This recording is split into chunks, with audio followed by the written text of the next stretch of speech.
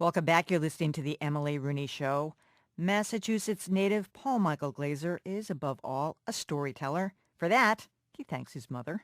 For years, Glaser told stories through the characters he played on Broadway, on the big screen, in films like Fiddler on the Roof, and on the small screen, where he is perhaps best known for his role as Detective David Starsky in the hit 1970s cop thriller Starsky and Hutch. Glaser has also spent time behind the camera, directing such films as The Running Man with Arnold Schwarzenegger and The Cutting Edge with D.B. Sweeney. Now, Glaser is telling a new kind of story as author of the young adult fantasy novel Crystalia and the Source of Light. It's a story about finding inner strength in the face of overwhelming fear, something Paul knows all too well, having endured the loss of his wife and first daughter to AIDS after a tainted blood transfusion. That experience and the insights that Paul acquired living through it are at the heart of this new book. And Paul Michael Glaser joins me. Welcome, Paul. Thank you. Thank you very much. Yeah, we're looking forward to having you. Well, I love your comment about your mother, that you thank her for your ability to tell a story. How did she ingrain that in you? Well, she read to me. She read all kinds of stories to me. She read Uncle Remus. She read the Grimm's fairy tales. She read, what, it just jumped out of my head. What was it? With John Silverheels. That's the Lone Ranger. No, she read, Treasure Island, all kinds of books. I mean, I And the storytelling, became a really interesting thing for me. Obviously, because I ended up telling stories as an actor and as a director, and now as a writer. it's a great line from the great 60 Minutes producer, whose name I'm blanking on, but he said, tell me a story. You can't, Don Hewitt. You really can't get anybody to understand the heart of a message unless you have a good story to tell. Absolutely. People don't realize it, but we all tell stories. You answer the phone and someone says, "How are you?" And you say, "I'm fine. I got up, and there you're telling a story." So, and storytelling is also the way we pass our information on from generation to generation. It's probably one of the most sacred things that human beings do, tell stories. It would strike me that fantasy is a very difficult, it's certainly a very specific genre, and that's what your book, Crystalia, is. Why did you choose that as opposed to more straightforward fiction? I wanted to, I was looking for a way to share what I've learned through my experiences. And I realized that what I really wanted to do is I wanted to address the child in all of us. And so this became the obvious way to do it because, as you said, fantasy is a large part of children's books. And as a child, we have such a blossoming imagination, and we're able to take these flights of fantasy without questioning them. So I thought, well, I really want to tap into the child in all of us, and the child that still remembers things and still remembers what it was like as a child. And so, this book, while the demographic is 9 to 15, it's really intended as a book that can be taken down from the shelf and read aloud to and with the whole family. Hmm. You assume the voice of actually a 13-year-old girl who has a younger brother, and in this case, their mother is dying. So there's a thread of reality, more than a thread of reality, having lost your wife Elizabeth and your 8-year-old daughter Ariel to AIDS. Was it hard to relive that in a sense when you were writing it? Well,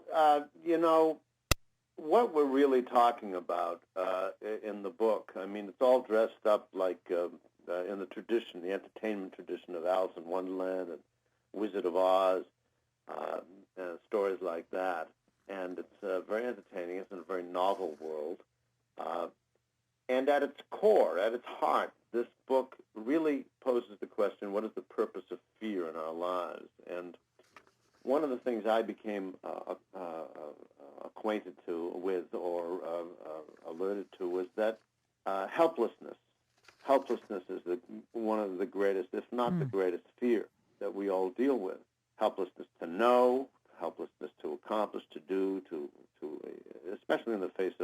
mentality. And that helplessness button gets pushed so many different ways and at different strengths. You know, you could be stuck in a traffic jam and late for an appointment, and you're helpless to do anything about it. Well, you wouldn't say that was the same helplessness, but in fact it is. It's just not being, you know, we would tend to pass it off as anger, or I'm not scared. I'm angry.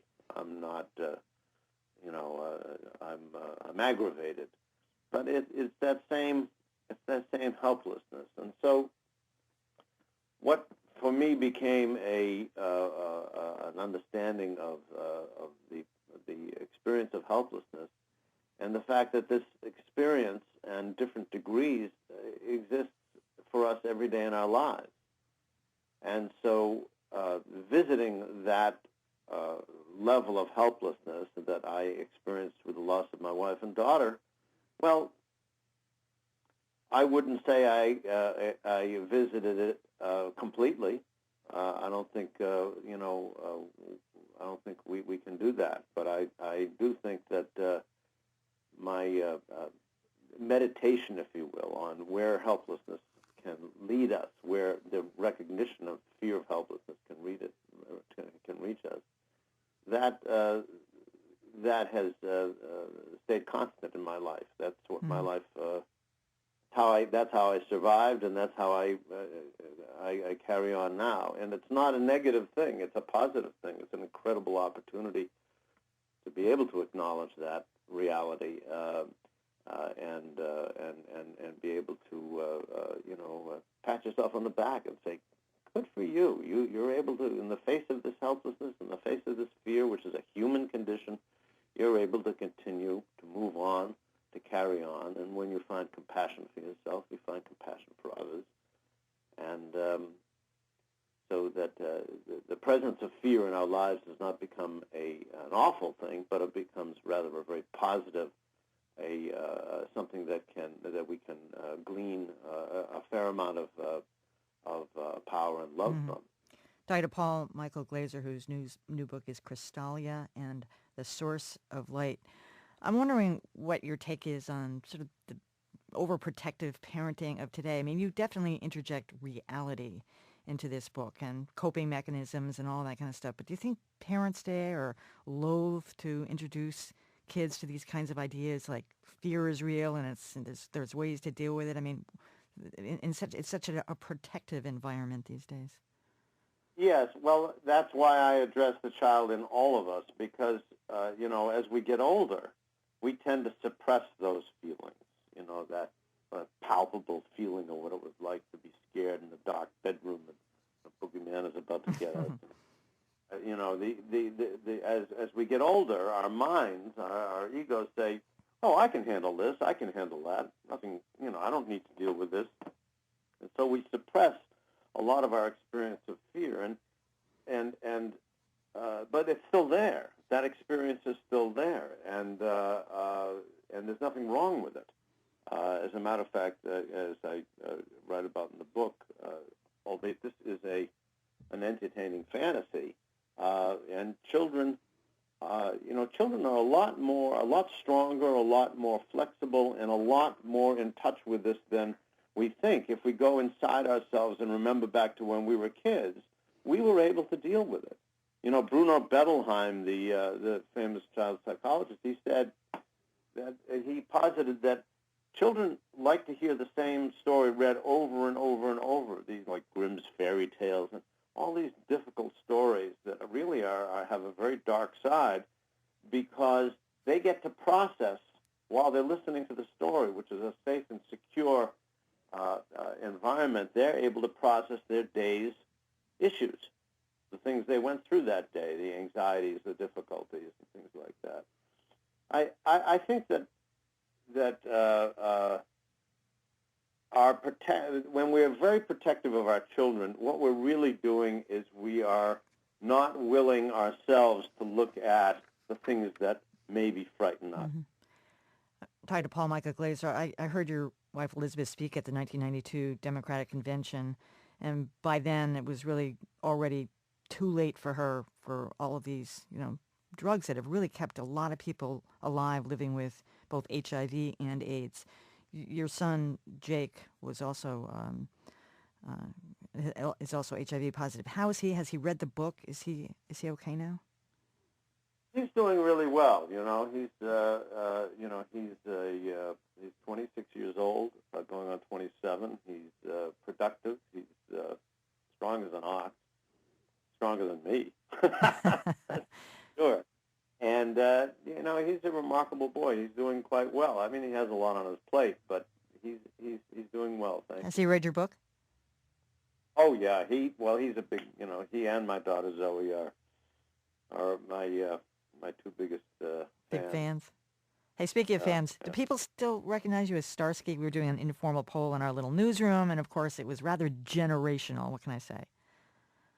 Yeah, they do. It depends where you are, but